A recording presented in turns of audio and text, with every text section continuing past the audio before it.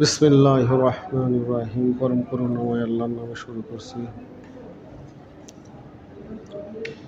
আমি আজকে আলোচনা করব আমলের বিষয়ে।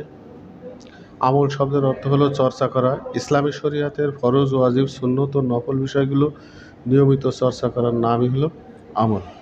পবিত্র কোরআনে আমলে সলেহ করার তাগিদ দেওয়া হয়েছে। তাছাড়া হাদিস শরীফে বলা আছে যে নাজাতের জন্য অল্প পরিমাণ আমল হলেও যথেষ্ট।